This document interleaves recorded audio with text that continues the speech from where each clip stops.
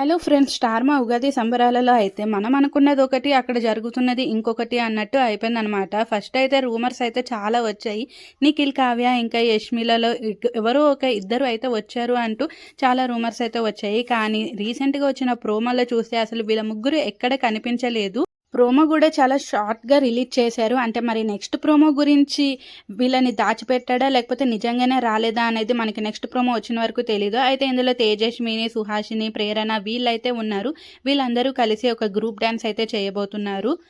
Already Tejaswini అయితే తన Instagram స్టోరీలో అయితే పెట్టడం జరిగింది. ఒక గ్రేట్ పెర్ఫార్మన్స్ అయితే చేయబోతున్నాం అంటూ. అలాగే కొంతమంది సీరియల్ యాక్టర్స్ అయితే రాబోతున్నారు.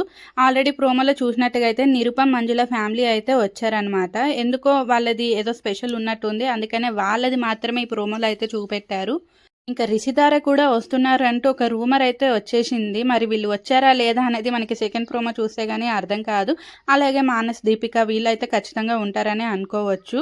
ఇంకా నిఖిల్, యష్మి, కావ్యాల ఫ్యాన్స్ అయితే చాలా బోరింగ్‌గా ఉంటది. అర్థమైపోయింది ఇంకా స్టార్మాలో ఈవెంట్. ఎందుకంటే వీళ్ళ ముగ్గురిలో ఒకళ్ళు కూడా రాకపోతే ఇంకా ఈ బుల్లితెర నటులు ఏమంత ఎంటర్‌టైన్‌మెంట్ చేస్తారు అంటూ చాలా విరుచుకు పడుతున్నారనమాట. ముగ్గురిలో ఒకరైనా వస్తేనే చూడాలనిపిస్తది. ఇంకా ఈటీవీ ప్రోగ్రామ్ చూసుకోవడం బెటర్ ఏమో. ఎందుకంటే అందులో కనీసం కావ్య అయినా వచ్చింది అంటూ విరుచుకు పడుతున్నారనే చెప్పవచ్చు. ఇంకా జ్యోతక్క కూడా వచ్చిందంట. అలాగే గుండె నిండా గుడిగంటల సీరియల్ నుంచి వీళ్ళిద్దరైతే వచ్చారు.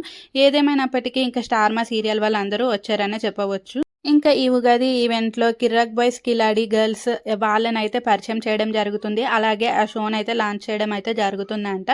ఇంకా శ్రీముఖి ఫ్యాన్స్ అయితే అయినా మేమెప్పుడూ అనుకున్నాంలే, మా శ్రీముఖి యాంకర్‌గా లేనప్పుడే అర్థమైపోయింది. ఇంకా అర్జున్ అంబటి ఏం యాంకరింగ్ చేశాడని అతన్ని పెట్టారు అనేసి చాలామందైతే మండిపడుతున్నారు.